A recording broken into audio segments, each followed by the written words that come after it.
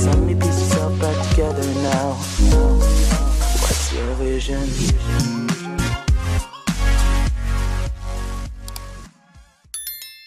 Assalamualaikum warahmatullahi wabarakatuh. Jumpa lagi dengan saya Qobla Harumika di YouTube Qobla Harumika.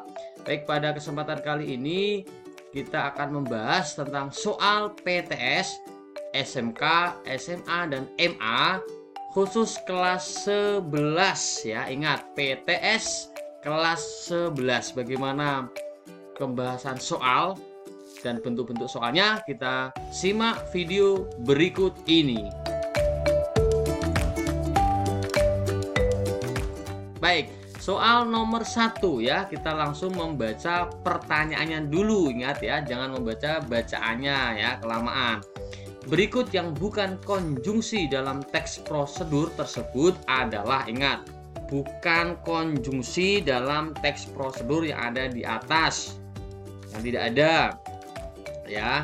Kita lihat dengan apakah ada, agar apakah ada, hingga apakah ada, atau D yaitu, atau setelah itu. Sebetulnya kita sebelum melihat bacaan di sini, ini sebetulnya yang tidak konjungsi itu ini ya. Nah, ini yaitu. Nah, di sini apakah ada? Kita cek saja, tidak ada pasti ya. Nah, ini kalau ada dengan, ada ya kan? Dengan ada, agar ada ya kan, kemudian hingga pun ada, setelah itu pun ada, yaitu tidak ada. Maka korek jawabannya adalah D ya. Sebetulnya konjungsi yaitu ini jarang dipakai dalam teks prosedur, jadi sebetulnya kita tidak harus melihat atau membaca bacaan ini, sudah ketahuan bahwa jawabannya adalah D, korek ya. Baik, kita lanjutkan. Soal nomor 2.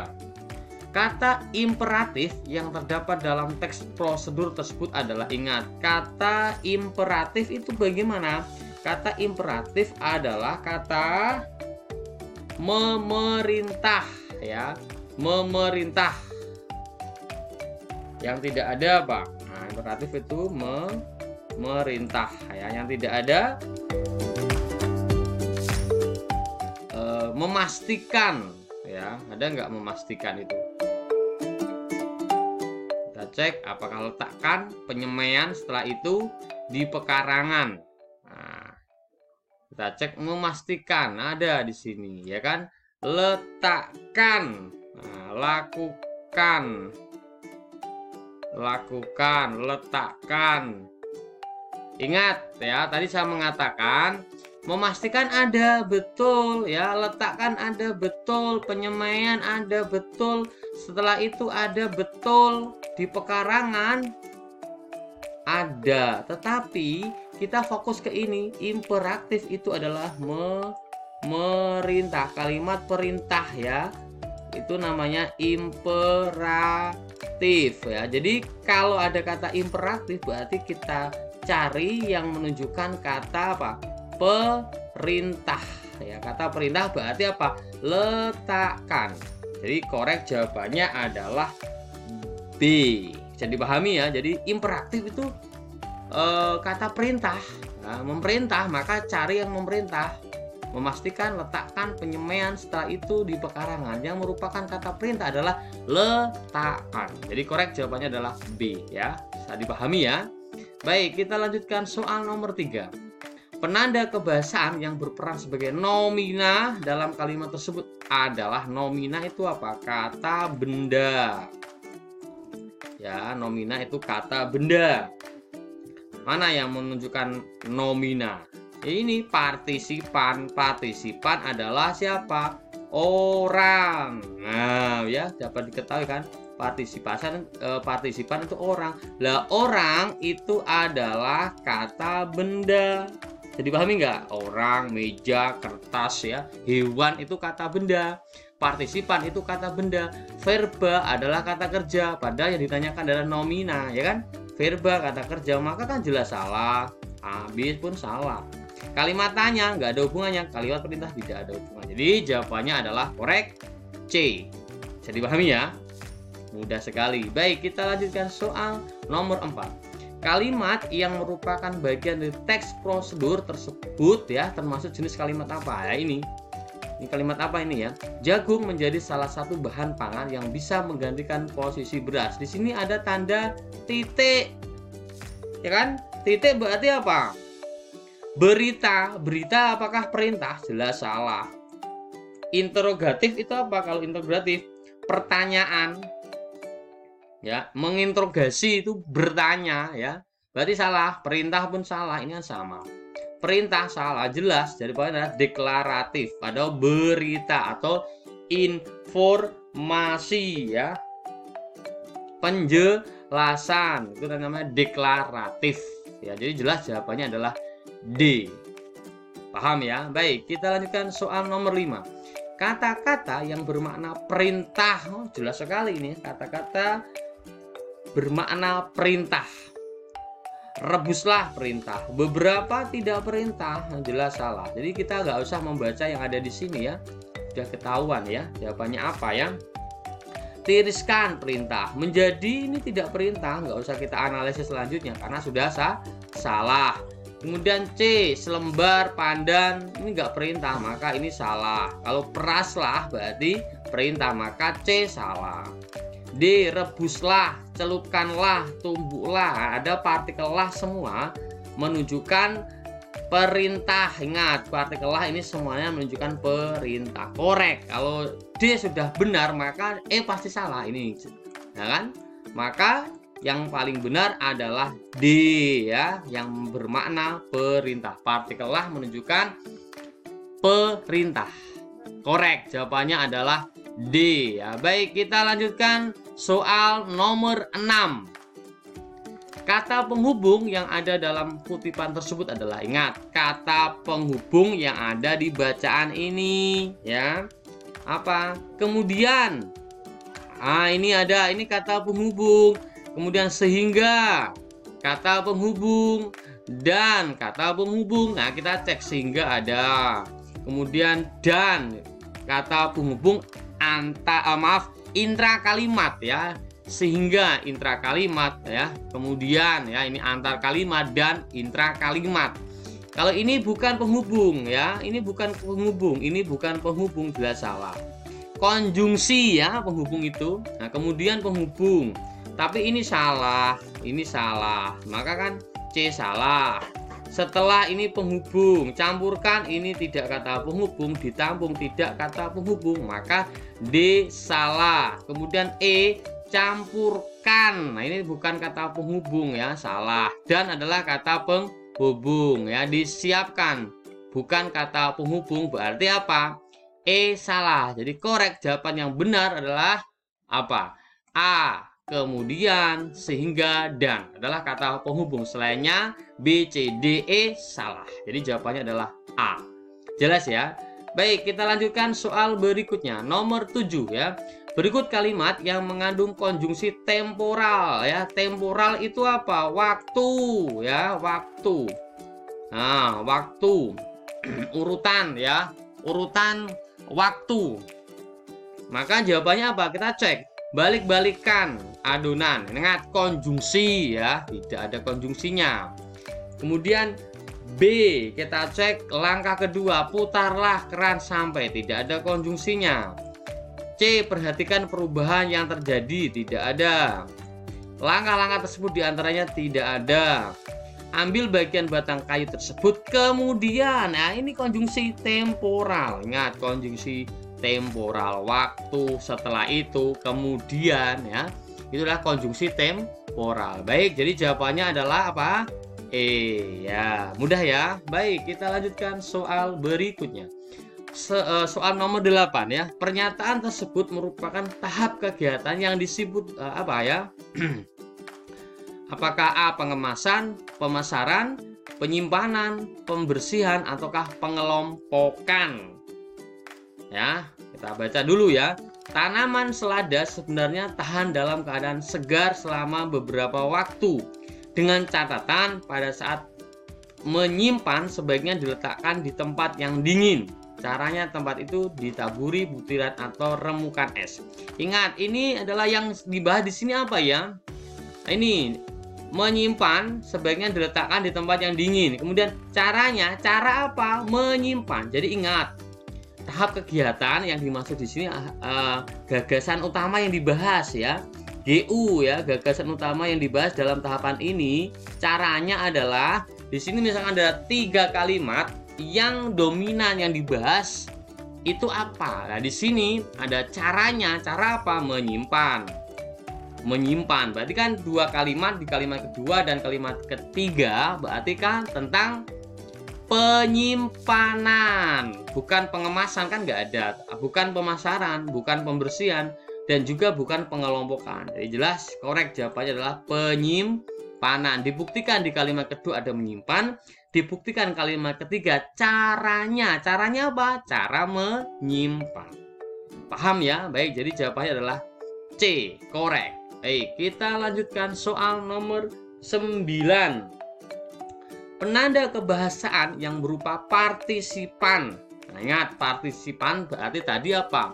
Kata nominal, benda ya. Benda berarti tadi apa? Manusia, hewan ya. Ya, yang di situ partisipan ini yang hidup ya. Ya, berarti kita cek mana jawabannya? Kalian, betul ya, partisipan. Penonton, partisipan. Pakaian, tidak, ini juga benda tetapi bukan partisipan ya, tidak hidup ya.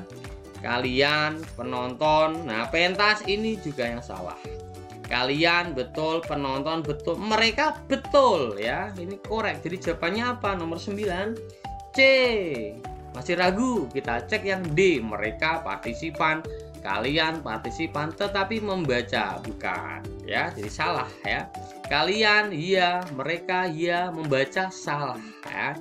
Jadi yang ketiga-tiganya berupa partisipan adalah C ya, yang unsur nominal ya, manusia hidup ya, bukan benda. Jadi jawabannya adalah C, korek. Baik, kita lanjutkan soal nomor 10 ya. Berikut yang tidak termasuk contoh eksplanasi fenomena sosial. Sosial yang hubungan dengan masyarakat atau manusia ya, sosial ya. Contohnya apa? Masyarakat, betul, ini fenomena sosial. Harga pasar, sosial. Pergunjingan, sosial. Kebakaran hutan ini bukan sosial, tetapi peristiwa alam. Kelas sosial berarti sosial. Jadi sosial itu hubungannya dengan masyarakat ya, misalkan kemiskinan ya, kaya, miskin ya, terjadi misalkan pergunjingan, misalkan ada peristiwa togel atau peristiwa judi, itu adalah sosial. Tapi kalau kebakaran hutan adalah alam, maka jawabannya adalah yang tidak termasuk fenomena sosial dalam eksplanasi adalah D, proses terjadinya kebakaran hutan. Baik, korek. Jadi kita lanjutkan nomor 11. Struktur yang membangun teks tersebut adalah ya, kita baca dulu ya. Banjir adalah ini sudah kelihatan. Apa adalah? Kalau adalah berarti jawabannya adalah pernyataan umum. Ada kata kunci adalah, artinya pengertian ini adalah pernyataan umum, jelas. Jadi jawabannya adalah A. Kalau penjelas ya, setelah pernyataan umum kesimpulan jadi dapat disimpulkan. Jadi kata kunci kalau ada adalah artinya pasti pernyataan umum. Korek. Jadi jawabannya adalah A. Kita lanjutkan nomor 12. Jika dikembangkan menjadi sebuah teks eksplanasi, urutan kerangka yang tepat adalah kita disuruh mengurutkan. Triknya dalam mengurutkan jawaban ya, kita harus lihat yang sama saja. Nah, rata-rata yang sama ini. Sebetulnya 3 sama, 6 sama. Kemudian kedua, 1, 4, 4, 1. Ya, berarti yang beda ini pasti B, salah. Itu trik dalam pembuatan soal ya, karena untuk mengecoh ya. Konjungsi tidak mungkin diletakkan di awal. Bagaimana jawabannya nomor 12?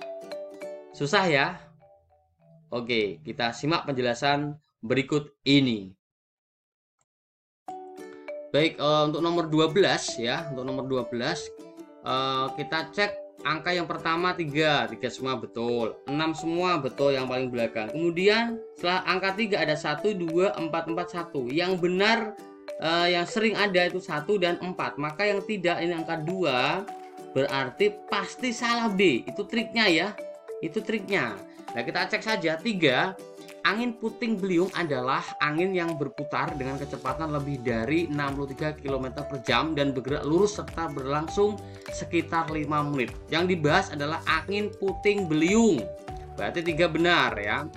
Setelah itu setelah nomor 3 apakah nomor 1 atau nomor 4? Kita cek nomor 4. Tidak lama kemudian angin bertiup. Itu yang 4, yang 1. Angin puting beliung sering. Nah, ini yang benar adalah 1 karena ini membahas angin puting beliung. Yang 4 ini tidak ada angin puting beliung, maka pasti C dan D salah. Nah, kita cek 3, 1. Nah, setelah 1 apakah 2 atau 4? Kalau 2, proses terjadinya adalah waktu. Proses terjadinya ini berarti menunjukkan angin puting beliung. Kalau 2 dulu, tetapi kalau 4 dulu, tidak lama kemudian angin bertiup makin cepat. Nah, berarti secara kronologis harusnya 2 dulu ya. Proses terjadinya adalah pada waktu siang hari awan putih berkembang menjadi awan gelap yang disertai hembusan udara dingin.